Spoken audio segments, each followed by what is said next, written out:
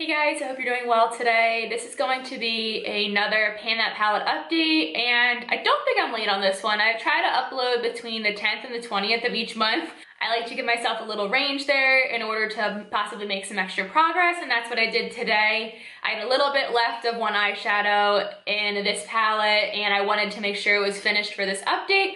But anyway, I'm currently panning my ABH Sultry palette, and just a little beat up right there. I don't know what that is actually. It's probably like eyeshadow, or it might be the glitter coming off of it, but it's getting a little beat up.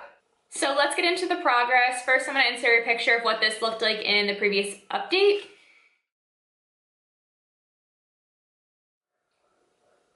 And this is what my palette looks like now. I did end up finishing Birch, which was the shade that had like such a little bit left, but I really wanted it finished for this update. I actually finished it this morning, and this was a medium warm brown shade, and depending on what you paired it with, it could lean a little bit more cool toned. Usually if you paired it with a more like cool toned matte, like that was darker.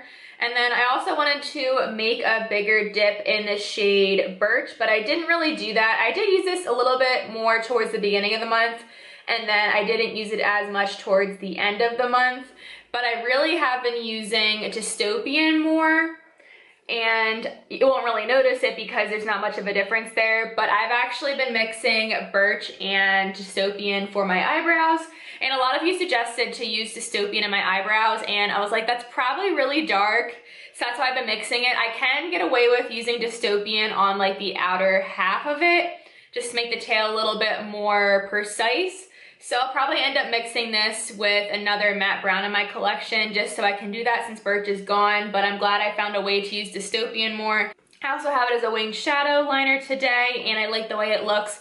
I forget about this eyeshadow a lot of the time, and honestly I'm not sure if I will be able to pan it. And also, as for Slate and Noir, I've been using Noir a little bit, not that much. I'll use it to set my liquid liner sometimes. It's not an everyday thing, but I will use it every once in a while, but I'm not planning on panning that one or Slate. And Slate I'll usually just use with Cool Toned looks, which I haven't been wearing a ton of lately. But my goals for the next month, I really want to expand the pan on Dystopian. I want to use this more as a brow product or as a shadow liner or outer corner. I've been doing a ton of like lighter looks without much depth in the crease, and I've been doing that the last like few months, and I know it's kind of weird like going into like spring and summer with wearing like darker outer corners, but I do want to get more use out of this, so maybe I can find a way to make it more wearable in the outer corner. And then I also want to again make a bigger dip in Bloom, because those are the two shadows that I want to use up from this palette.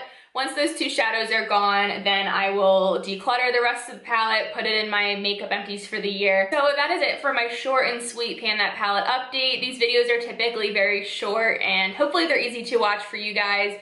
Thank you guys so much for watching. Please subscribe if you haven't already. I also have a horse channel if you want to check it out. It is called C&K Equestrian. I'll have a link down below.